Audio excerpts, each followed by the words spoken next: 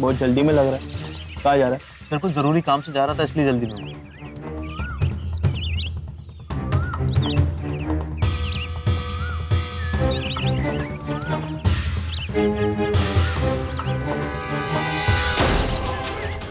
ये लड़की कौन है और इसकी ऐसी हालत क्यों है? क्या किया तूने उसके साथ? सर मैंने कुछ नहीं किया, मैं तो इसकी मदद करने की कोशिश कर रहा था।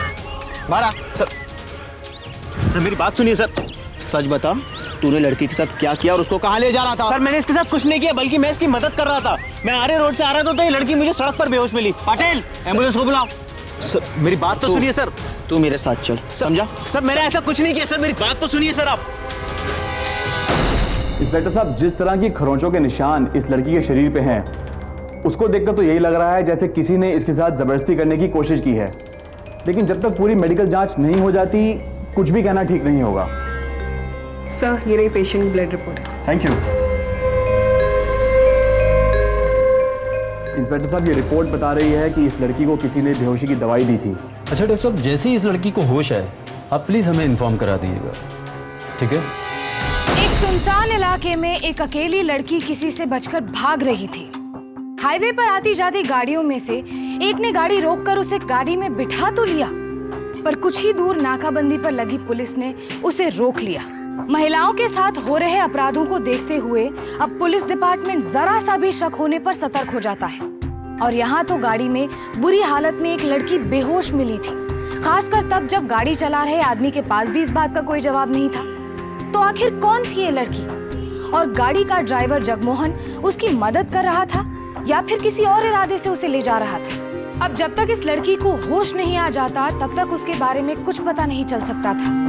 कई मामलों में देखा गया है कि महिलाओं के साथ अपराध में शामिल लोग जब पकड़े जाते हैं तो वो उनके मददगार होने का दावा करते हैं। इसलिए पुलिस ने जगमोहन को भी सारी बात साफ होने तक रोक रखा था।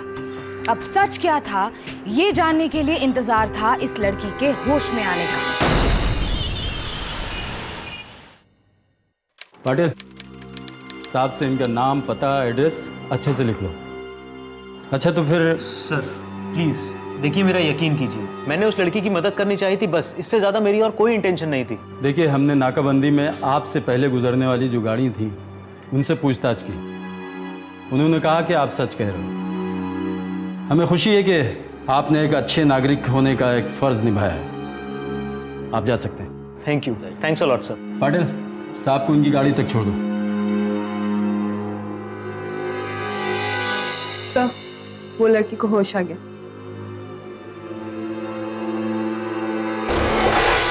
सॉरी, पर आप मुझे बताइए कि आपके साथ क्या हुआ था। देखिए, हौसला रखिए, खुलकर बताइए।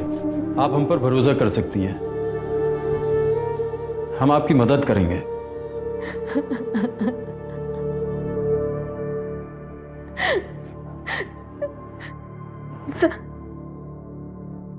सब वो मुकुंद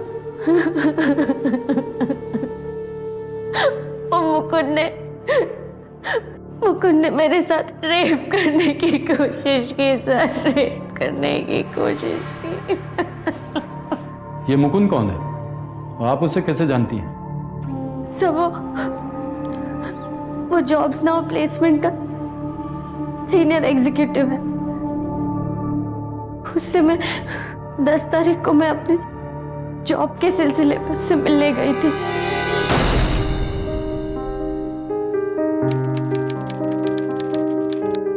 काफी कुछ किया आपने।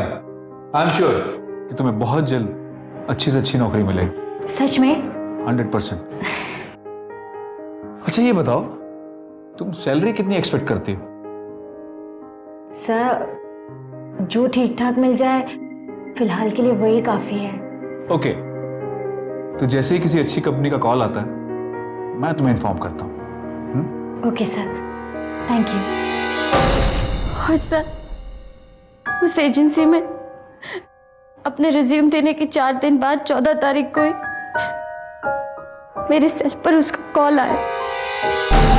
Hello Aditi, congratulations. मैं जॉब्स नाउ से मुकुंद बोल रहा हूँ। Oh hi sir, how are you? और कॉन्ग्रेचुलेशन किस बात के लिए? 16 तारीख को तुम्हारा एक बहुत बड़ी कंपनी डॉक्टर फार्मास्यूटिकल्स में इंटरव्यू है। ओके? सच? सच में। अच्छा, तुम्हें बस एक काम करना है, कल शाम को आके तुम मुझसे मिलो। इंटरव्यू से रिलेटेड तुम्हारी प्रिपरेशन करवानी, ताकि ये जॉब तुमको ही मिले। Got it? जी। Okay sir, thank you so much. Okay, any time.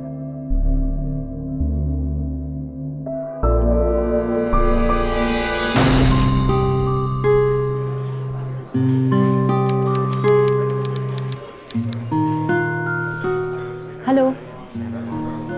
हाय, तुम आ गई? बैठो। आओ, sit। सर, आप लोग कुछ लेंगे? 2 कॉफी।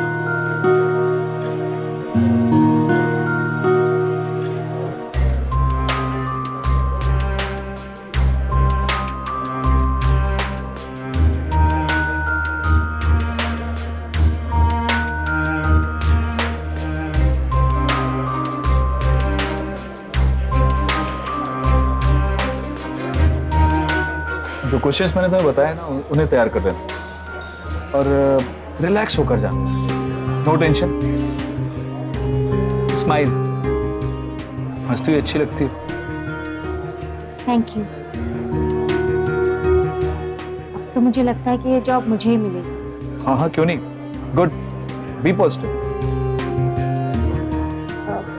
अच्छा, तो अब मैं चलती हूँ, वरना घर जाने के लिए मुझे कोई ऑटो या बस नहीं मिलेगी। अरे बाय द वे, तुम रहती कहाँ? यहीं आरी रोड। व्हाट अ कोइंसिडेंस, मैं भी साकीनाका में रहता हूँ और उसी रास्ते से जाता हूँ। मैं तुम्हें ड्रॉप कर दूंगा। ओके? अरे नहीं, आप इतनी टेंशन मत लीजिए, मैं चली जाऊंगी, सच में। इसमें टेंशन लेने की थोड़ी ना कोई बात है। और ज्यादा सोचो मत, मैं उसी रास्ते से जाता हूँ, मैं ड्रॉप कर दूंगा तुम्हें। बस कॉफी फिनिश। ओके।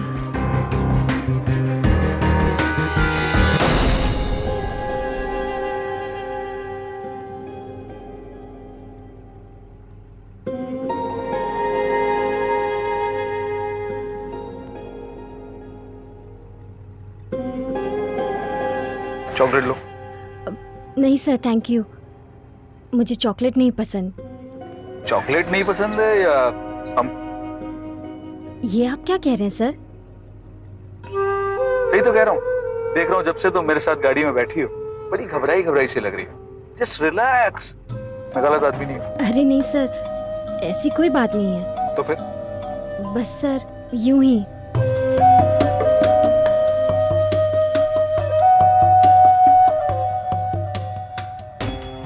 ये लो, come on. Thank you.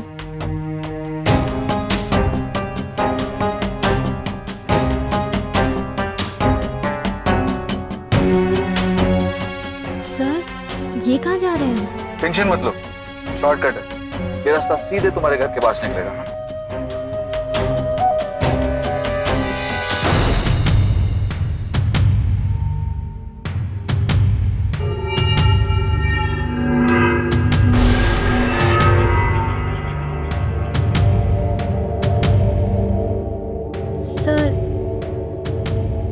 Sir, आप यहीं गाड़ी रोक दीजिए, मैं यहाँ से ऑटो लेके चली जाऊंगी। यार, सुनसान एरिया में कहाँ ऑटो मिलेगा तुमको? मैं छोड़ता हूँ ना तुमको, छोड़ दूंगा अभी थोड़ी देर। नहीं सर, आप प्लीज गाड़ी रोक दीजिए, मैं ऑटो लेके चली जाऊंगी। सर, गाड़ी रोकिए सर। ओके, लो, रोक दी। अदिति, अदिति, सर, मेरी बात सुनो। अदिति, मेरी बात तो सुनो। छोड़िए मुझे। अदिति, छोड़िए मुझे। अदिति, अदिति, अदिति, अदिति, अदिति, सर, तुम्हें जॉब चाहिए? मुझे छोड़िए सर। मैं तुम्हें जॉब दूंगा। सर, छोड़िए।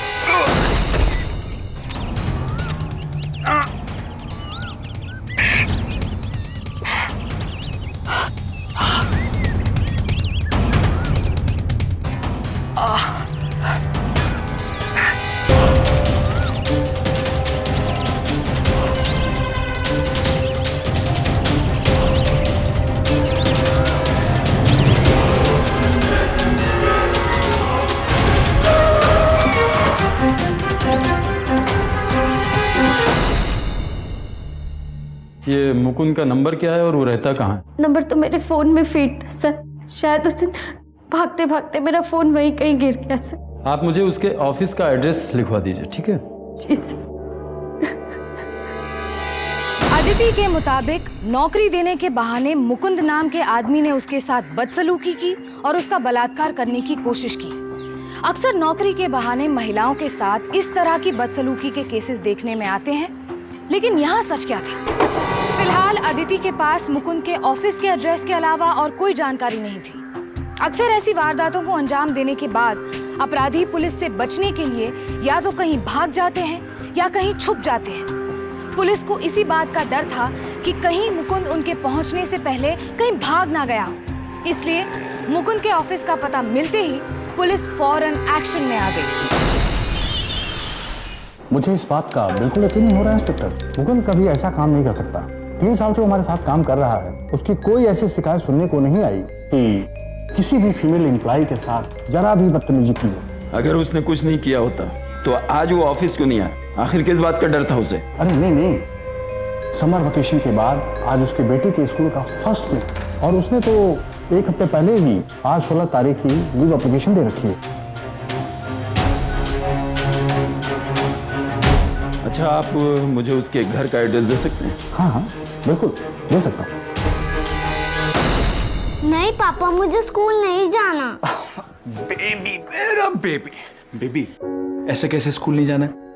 आप तो मेरे स्ट्रॉन्ग बेबी हो ना।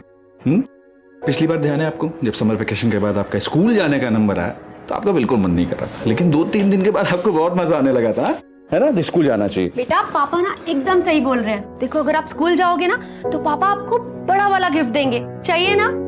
तो चलो चलो चलो, जल्दी उतरो। बैक तो मैं देखती हूँ। ओके, आओ भाई, बेबी को हम रेडी कर देते हैं। अरे आप लोग? मुकुंद कौन है? सर मेरे जी, मैं मुकुंद, बताइए। चलो मेरे साथ। सर किस लिए? बात क्या? सर, आप मेरी बात का विश्वास क्यों नहीं करते? अदिति झूठ बोल रही है, ये सब वो मुझे फंसाने के लिए कर रही है। सर देखो मुकुंद, हमें सख्ती से पेश आने के लिए मजबूर न करो। सच्चाई क्या है सीधी तरह से बता दो। सर, मैं सच ही बोल रहा हूं और वही मैं आपको बताना चाहता हूं। प्लीज मुझे मेरी पूरी बात करने का एक मौका तो दीजिए सर। ठीक है, बोलो। सर, ये बात बिल्कुल सच है कि वो 10 तारीख को हमारी कंपनी में अपना रिज्यूम देने आई थी। 12 तारीख को उसके इंटरव्यू के लिए डॉक्टर फार्मास्यूटिकल से कॉल आया। मैंने उसे इन्फॉर्म किया, उसके थोड़ी देर बाद उसका मुझे फोन आया। Hello sir. Sir, sorry to disturb you. क्या मैं आपसे बात कर सकती हूँ? हाँ, बोलो ना, क्या बात? सर, एक्चुअली मुझे आपकी हेल्प चाहिए थी। मेरा ना पहला जॉब इंटरव्यू है और मुझे आपकी गाइडेंस की बहुत ज़्यादा ज़रूरत है, तो क्या मैं आपसे मिल सकती हूँ सर? देखो अदिति, इस समय मैं बहुत ज़्यादा बिजी रहता हूँ। तुम पूछो ना, क्या पूछना चाहती हो? मैं तुम्हें फ़ोन पे ही गाइड कर देता हूँ। प्लीज़ सर, मुझे आपसे मिलना है। मैं आपसे मिलकर ही सारी चीज़ जान सकती हूँ। सर, मुझे जॉब की बहुत ज़्यादा ज़रूरत है सर। सिर्फ 10 मिनट के लिए मिल लीजिए प्लीज़। ओके, अच्छा एक काम करो, तुम कल सुबह 11 बजे आ जाओ। सॉरी सर, एक्चुअली कल सुबह आई को लेकर डॉक्टर के पास जाना है, तो क्या मैं आफ्टर लंच 4-5 के करीब आ सकती हूँ please? Okay, but do one thing, 5 बजे से पहले आना। Okay? Okay sir, thank you so much. Bye sir. Sir, अगले दिन वो जानबूझकर 5 बजे के बाद मुझसे मिलने ऑफिस में। मैंने उसे इंटरव्यू प्रिपेयर करने के लिए कुछ टिप्स भी दी। तब तक ऑफिस बंद होने का समय हो चुका था, तभी हमारा वहां प्यून आ गया। सर, आज आपको देर होने वाली है क्या? नहीं, बस निकलने वाली। Okay sir. आई होप कि तुम अपने इंटरव्यू में सक्सेस हो जाओ। That's it. थैंक यू कि आप इतनी देर तक मेरे लिए रुके हुए हैं।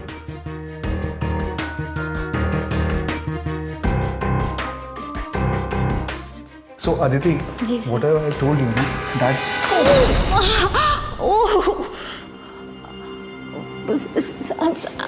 I'm so sorry. it's okay. तुम ठीक तो हो ना? जी सर, मैं ठीक हूँ। Can you walk? Ji. Carefully. आराम से। सॉरी। It's okay. बहुत दर्द हो रहा है। नहीं सर, ठीक है।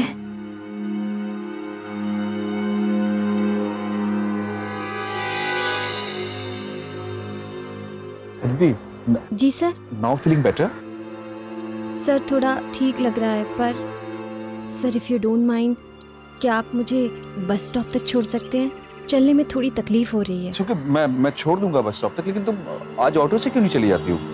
सर एक्चुअली मैं आरे रोड के ना बहुत अंदर रहती हूँ, तो वहाँ ऑटो वाले जाने से थोड़ा मना कर देते हैं, इसलिए आपसे। अच्छा, तो मैं रेगुलर निकलता हूँ। ओके फाइन, मैं तुम्हें ड्रॉप कर देता हूँ घर तक। Thank you sir, thank you so much.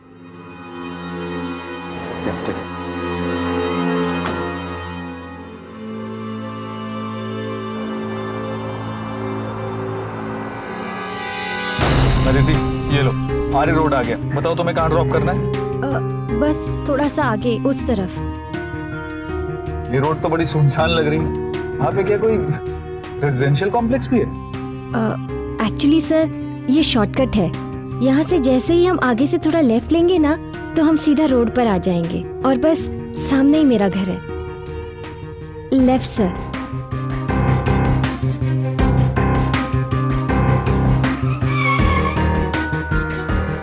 ये तो डेड एंड है। तुम्हारे शॉर्टकट के चक्कर में गलत रास्ते पे आ गए। नहीं सर, रास्ता गलत नहीं है। ये तो डेड एंड है और तुम कह रही रास्ता गलत नहीं। रास्ता तो बिल्कुल सही है।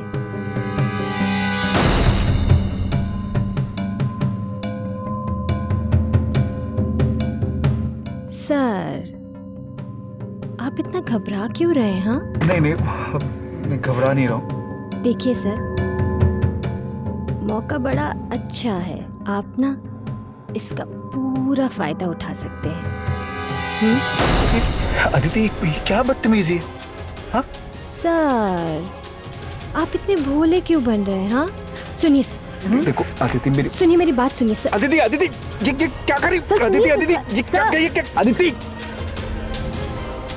अभी बाहर निकलो, बाहर निकलो। सर मेरी बात तो सुनिए, मेरी बात तो सुनिए सर। सर आई सेड निकलो बाहर, इसी वक्त बाहर निकलो। सर कमाल करते हैं आप। मुझे नहीं पता था कि आपको भी इतनी जल्दी है। सर सर सुनिए मेरी बात। सर इससे अच्छे मौका आपको कभी नहीं मिल सकता। सर मेरी बात सर, अगर आज आपने इस मौके का फायदा नहीं उठाया, आप कभी नहीं उठा पाएंगे। तुम ऐसे नहीं, मेरी बात तो सुनिए। तुम ऐसे नहीं मारो।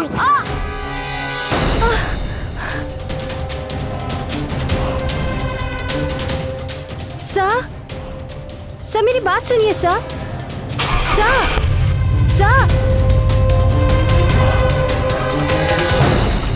तुम्हारा कहने का मतलब यह है कि अदिति ने तुम्हें सीड्यूस करने की कोशिश की? हाँ सर, जिस तरह से उसने मेरे साथ नीच हरकत की, वो उसकी एक सोची समझी चाल थी, और इस बात का मुझे अगले दिन पता चला। Hi sir. तुम्हारी हिम्मत कैसी हुई आने की? एक मिनट, कुछ भी कहने से पहले ना इन फोटोग्राफ्स को जरा देख लो।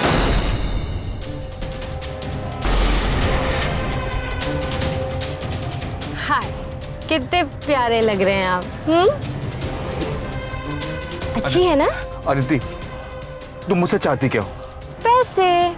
पैसे? हाँ, सिर्फ 5 लाख रुपए। 5 लाख? देखो अदिति, मेरे पास इतने पैसे नहीं है, मैं पैसे वैसे नहीं दे पाऊंगा। ओके, तो मत दो।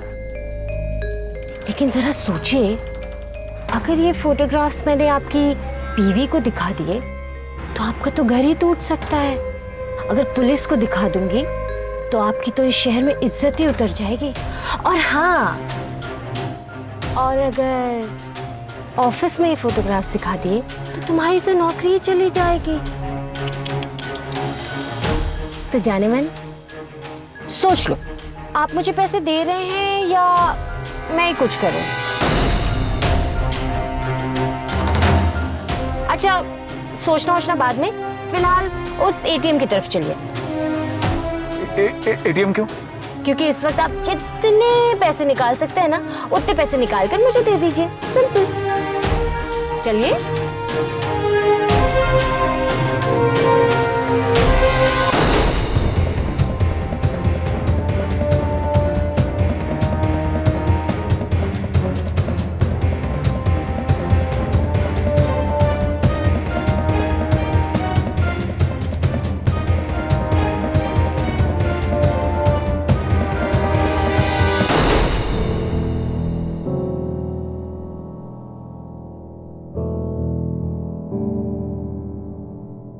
पापा आज कहाँ घूमने जाएंगे?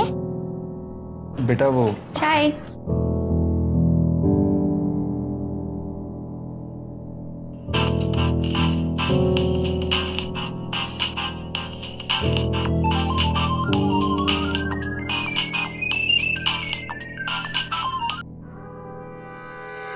हेलो यस हाय सर, मैं अदिति बोल रही हूँ। एक सेकेंड एक इम्पोर्टेंट कॉल है।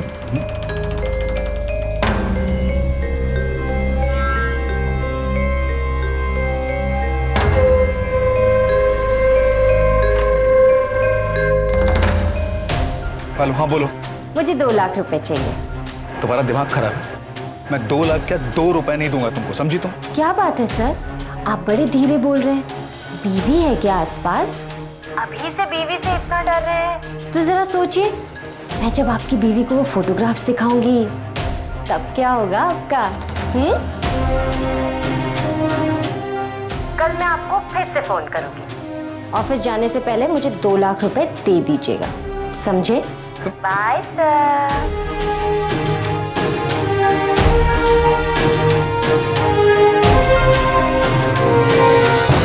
तुम ये कहना चाहते हो कि 13 तारीख को आर्य रोड के जंगल में वो तुम्हें ले गई, जबकि अदिति का कहना है कि यह हादसा 15 तारीख को हुआ। सर वो लड़की बहुत चालाक है, वो सरासर झूठ बोल रही है। देखो, कौन झूठ बोल रहा है कौन सच, इसका तो पता हम लगा ही लेंगे। तुम चुप क्यों हो गए? बोलो, हम तुम्हारी कहानी सुन रहे हैं, बोलो। सर वो अगले दिन 15 तारीख को मुझसे मिलने आई। हाँ बोलो, तुमने मुझे क्यों बुलाया? मेरे पैसे लाइए। मैंने तुमसे कहा ना, अब मैं तुम्हें 1 पैसा नहीं देने वाला हूँ।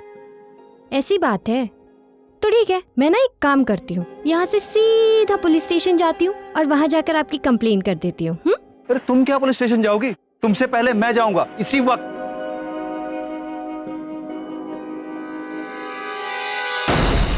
तुमने किसी पुलिस स्टेशन में कंप्लेंट तो लिखवाई होगी, कोई एफआईआर की कॉपी है तुम्हारे पास? सर दरअसल मैंने वो सब इसलिए किया ताकि वो डर जाए। मैं समझ गया था कि वो ये सब सिर्फ पैसे के लिए मेरे साथ कर रही है, इसलिए वो पुलिस के पास कभी नहीं जाएगी। लेकिन वो पुलिस के पास आई। अगर वाकई में वो पैसे के लिए कर रही होती तो वो पुलिस के पास नहीं आती। इसका मतलब ये है कि तुम झूठ बोल रहे हो। सर आपको ऐसा क्यों लग रहा है कि मैं सब झूठ बोल रहा हूँ? सर मैं सच बोल रहा हूँ और यही सच्चाई है। अगर तुम सच्चे हो तो तुम्हारे पास सच्चाई का कोई सबूत तो होगा। क्या सबूत है? सर सबूत तो उसके पास भी नहीं है कि वो जो कुछ भी कह रही सच कह रही। और रही बात सबूत की, तो वो फोटोग्राफ्स मेरी सच्चाई का सबूत है, जो उस समय शायद उसके पास हो, उसके मोबाइल में।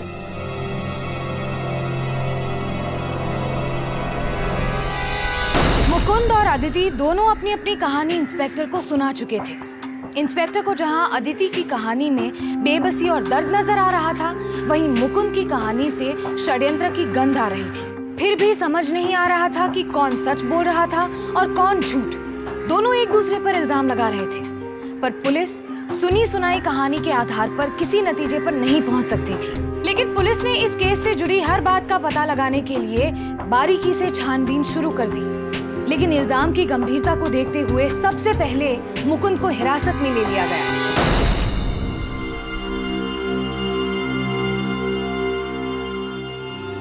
शुभा, मुकुंद, मुझे तुम पर पूरा भरोसा है, लेकिन बस एक बार मैं तुम्हारे मुंह से सुनना चाहती हूँ कि सच क्या है।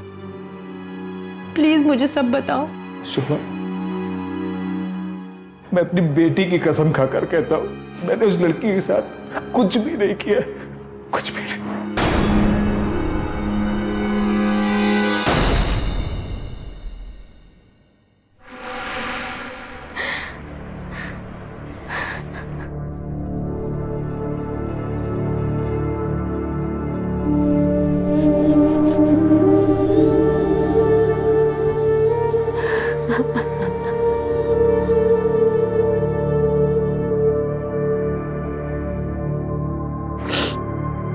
बेटा, जो कुछ हुआ उसे एक बुरा सपना समझकर भूलने की कोशिश कर। मैं बहुत कोशिश कर रही हूँ माँ, लेकिन मेरे साथ जो कुछ भी हुआ उसे मैं जाकर भी नहीं भूल पा रही हूँ माँ, जाकर भी नहीं भूल पा रही हूँ।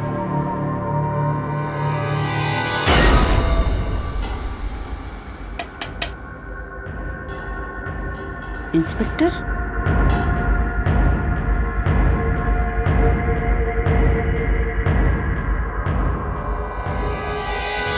सर वो झूठ बोल रहा है सर। मेरे पास ऐसी कोई फोटोग्राफ्स नहीं है। और मैंने आपको बताया था ना कि उस दिन आरे रोड पर भागते हुए मेरा फोन गिर गया था। गलत मेरे साथ हुआ है, गलत उस मुकुंद ने किया है, और आप उसकी बात मान रहे हैं और मुझ पर शक कर रहे हैं। देखो अदिति, हम सिर्फ अपनी ड्यूटी कर रहे हैं। मुकुंद ने यह दावा किया है कि 15 तारीख को वो तुमसे मिला ही नहीं, जबकि तुमने अपने बयान में कहा है कि उसी दिन शाम को उसने तुम्हें रेस्टोरेंट में बुलाया था। उसका एक बयान ये भी है कि 13 तारीख को उसने अपने ऑफिस में तुम्हें बुलाया था इंटरव्यू की तैयारी करने के लिए। इसीलिए हम ये तहकीकात कर रहे हैं। देखिए, मैं वो सब कुछ नहीं जानती। मैं बस इतना जानती हूँ कि वो आपसे झूठ बोल रहा है, सरासर झूठ बोल रहा है। अच्छा अदिति, तुम मुझे वो उस रेस्टोरेंट का नाम बताओ जहां तुम उससे मिली थी। सर, आई स्कूल रेस्टोरेंट, मलाड वेस्ट। गौर से देखो, ये लड़का और ये लड़की 15 तारीख को तुम्हारे रेस्टोरेंट में आए थे। सर ये लड़की थोड़ी जानी पहचानी से लग रही है सर, और ये लड़का। सर आप लोग कुछ लेंगे? 2 कॉफी। था सर साथ में, लेकिन उस दिन वो चश्मा पहना हुआ था सर, मैं इसको बराबर देख नहीं पाया सर। ठीक है, जाओ। सर, जिस बुरी हालत में अदिति हमें जख्मी हालत में मिली थी, इससे तो साफ जाहिर होता है कि उसके ऊपर जबरदस्ती करने की कोशिश की गई है। आखिर कोई लड़की अपने ऊपर ऐसे संगीन आरोप क्यों लगाएगी? मुझे भी ऐसे ही लगता है। ये मुकुंद जो है हमारे साथ गेम खेल रहा है। सर, मुकुंद की फोन की डिटेल्स हैं। सर, 15 तारीख को अदिति बेहोशी की हालत में जगमोहन को आरे रोड के किनारे मिली गई थी, और उसके आधे घंटे पहले ही मुकुंद को वहां पर पाया गया था। तुम एक काम करो, अभी के अभी मुकुंद के खिलाफ चार्जशीट बनवाना शुरू कर दो और कोर्ट में केस फाइल करो। सर,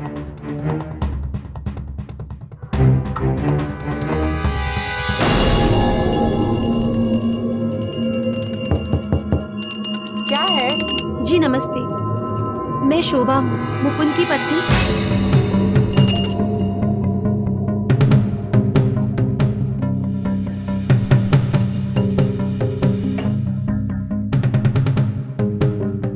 अदिति, हाँ माँ। देख तो जरा कौन आया है। जी, मैं शोभा हूँ, मुकुंद की पत्नी।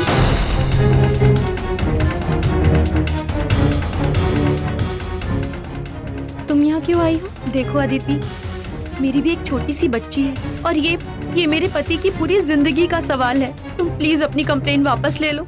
देखो, मेरे पास जितनी भी जेवर, पैसे, जो कुछ भी है ना, मैं तुम्हें सब कुछ दे दूंगी, बट मैं हाथ जोड़ती हूँ, तुम अपनी कंप्लेन वापस ले लो प्लीज। तुम्हें क्या लगता है कि तुम्हारे पैसे लेकर मेरी तकलीफ कम हो जाएगी? अभी कहा ना तुमने कि तुम्हारी भी एक बेटी है। अगर तुम्हारी बेटी के साथ ऐसा कुछ हुआ होता तो क्या पैसे लेके तुम कसूरवार को माफ कर देती? हाँ, बोलो, जवाब दो मुझे। नहीं है ना जवाब तुम्हारे पास? लेकिन मेरे पास जवाब है, और मेरा जवाब है कि जब तक मैं मुकुंद को कड़ी से कड़ी सजा न दिलवा दूं ना, तब तक मैं दम नहीं लूंगी, समझी तुम? उसे मैं कड़ी से कड़ी सजा दिलवाऊंगी।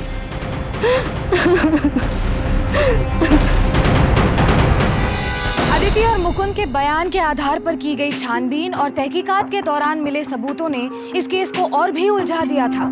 अब ये केस संवेदनशील हो गया था, इसलिए पुलिस अब हर कदम सावधानी के साथ उठा रही थी।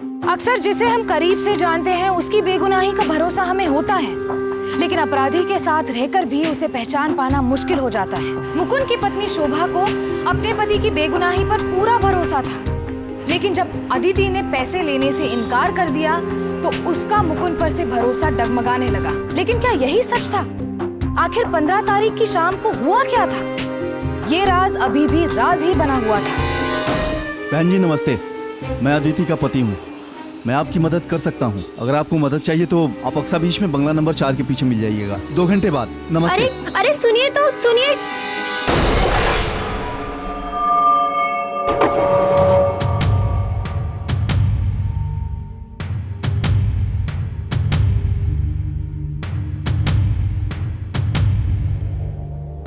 नमस्ते। हाँ तो कहिए कि आप मेरी मदद कैसे कर सकते हैं? देखिए, मैं अदिति को समझौता करने के लिए मना सकता हूँ, पर उसके लिए आपको मुझे 2 लाख रुपए देने होंगे। 2 लाख? लेकिन पैसे लेने के बाद भी अगर अदिति ने अपनी कंप्लेंट वापस नहीं ली तो? देखिए, मेरे घर की माली हालत बहुत ज़्यादा ख़राब है।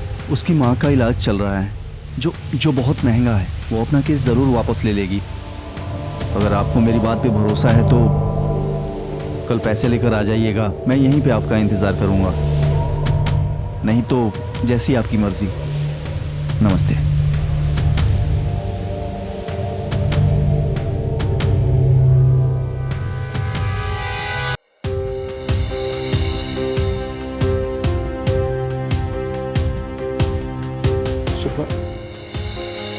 मैं अपनी बेटी की कसम खाकर कहता हूं,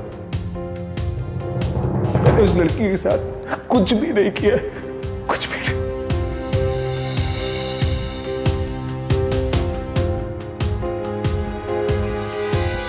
जी ये लीजिए। अदिति अब अपना केस वापस तो लेगी ना? आप चिंता मत कीजिए बहन जी, आपने मेरा काम कर दिया है। मैं शाम तक आपका काम ज़रूर करवा दूंगा।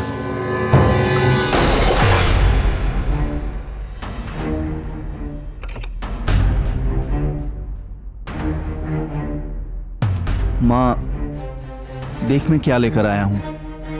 ये ले माँ। पूछ रही थी कि अदिति अपना केस वापस लेगी कि नहीं। क्यों लूं मैं केस वापस? हाँ, क्यों लूं मैं केस वापस? उस मुकुंद को तो मैं कड़ी से कड़ी सजा दिलवा के रहूंगी। सुना तुमने? और तुम मुझे इन पैसों, हाँ, इन पैसों की लालच दे रहे हो? इन पैसों की?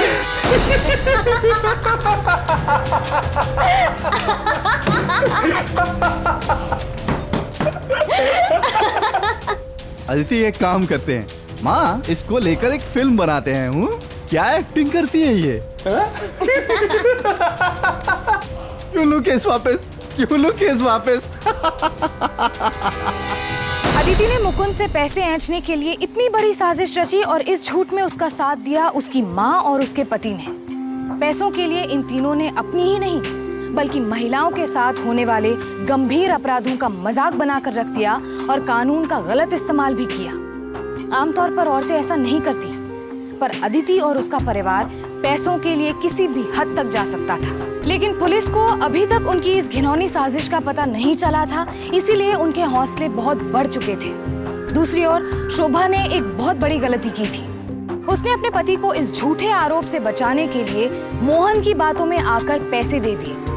यही गलती मुकुंद ने भी की थी। किसी भी ब्लैकमेलर को पैसे देना कभी ना खत्म होने वाला सिलसिला शुरू कर देता है। शोभा अपने पति को बचाने की हर मुमकिन कोशिश कर रही थी, लेकिन अदिति और उसके परिवार के मुंह खून लग चुका था और वो अपने शिकार को इतनी आसानी से छोड़ने वाले नहीं थे।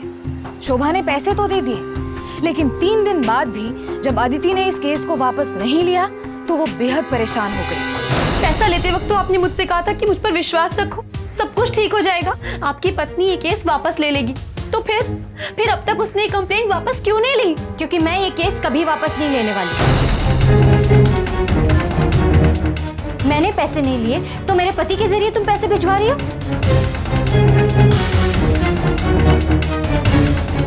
पैसे वापस कर, अभी के अभी पैसे वापस कर, क्योंकि मैं ये केस वापस नहीं लूंगी। और सुन, आइंदा से ऐसा कुछ किया ना तो तेरी खैर नहीं, समझा?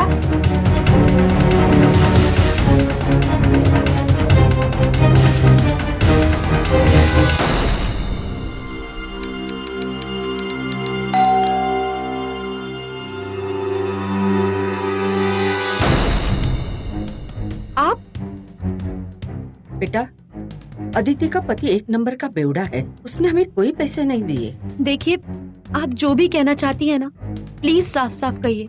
अगर तू मुझे 6 लाख रुपए दे दोगी तो मैं अदिति को केस वापस लेने के लिए मना लूंगी। 6 लाख? मुझे मालूम है कि अदिति इस बात से खुश नहीं होगी, लेकिन उसे मनाने की जिम्मेदारी मेरी। अच्छा ठीक है, तो फिर मैं तैयार हूँ, लेकिन इतने सारे पैसों का इंतजाम करने के लिए मुझे कम से कम 3 दिन चाहिए। कोई बात नहीं बेटा, मैं रुकने के लिए तैयार हूँ।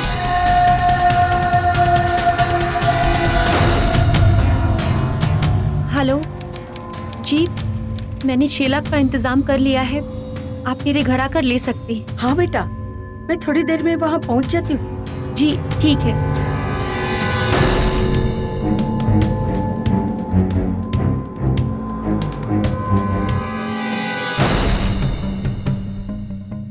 इसमें सारे पैसे हैं। धन्यवाद।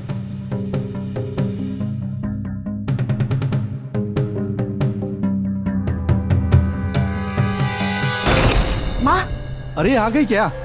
आजा माँ आजा, तेरा ही इंतजार कर रहा था मैं। देखो तो, काफी मोटी रकम लेकर आई है। हाँ इस मुकुंद से तो अच्छे खासे पैसे वसूल कर लिए हमने।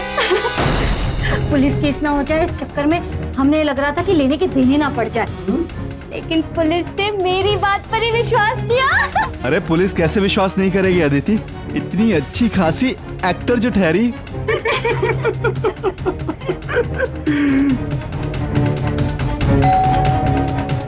अब कौन आ गया?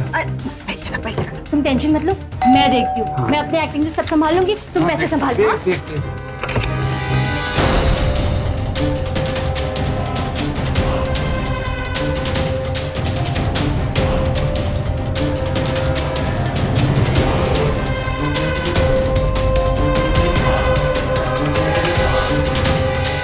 देखिए, आप उसकी माँ को पैसे देने के लिए बुलवाइए, लेकिन जिस बैग में आप पैसे देंगी उसमें हम स्पाइकम फिट कर देंगे,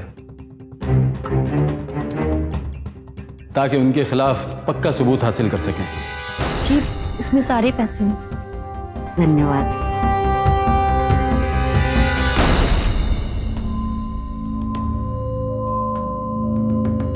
कैमरा।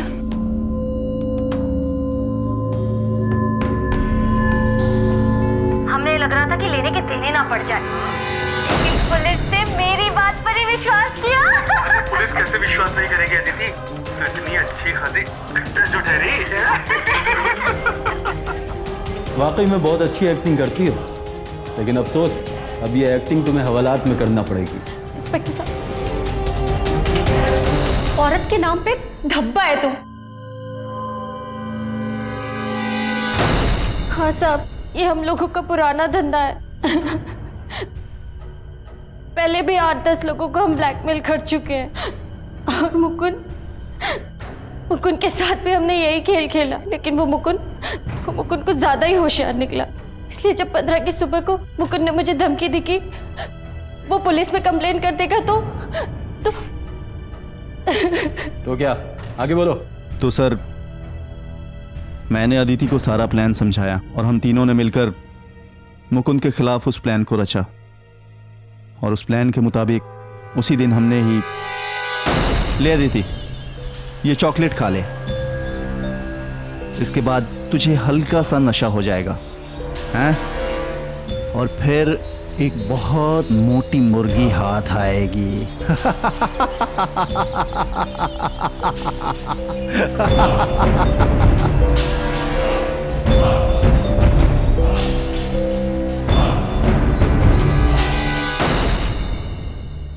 हाँ साहब, और फिर मैंने आपको वो कहानी सुना दी। चाल तो तुम लोगों ने बड़ी खतरनाक चली थी, लेकिन अब ऐसी सजा दिलवाऊंगा कि किसी के साथ चाल चलने लायक नहीं रह जाओगे। आखिरकार सच सबके सामने आ ही गया। अदिति, उसका पति मोहन और उसकी माँ, इन तीनों ने सिर्फ मुकुंद ही नहीं, उस जैसे कई और बेगुनाह लोगों को फंसाकर उन्हें ब्लैकमेल किया था। मुकुंद बच सकता था अगर उसने पहले ही कदम पर अदिति को पैसे देने से इनकार किया होता।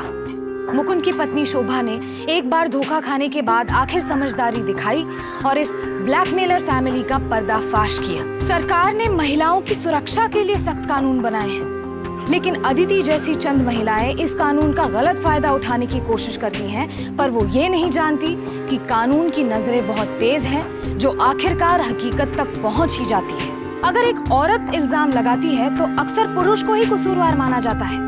लेकिन सच तो ये है कि औरतें भी कभी कभी गलत होती हैं और उनके लगाए गए इल्जाम झूठे भी हो सकते हैं। अदिति, उसकी माँ और उसके पति को धोखाधड़ी के लिए आईपीसी की धारा 420, मुकुंद और कई और लोगों को ब्लैकमेल करने के जुर्म में आईपीसी की धारा 503, उसके डेफेमेशन के लिए आईपीसी की धारा 500 और गलत केस फाइल करने के जुर्म में आईपीसी की धारा 498A के तहत 7 साल की कड़ी सजा सुनाई गई।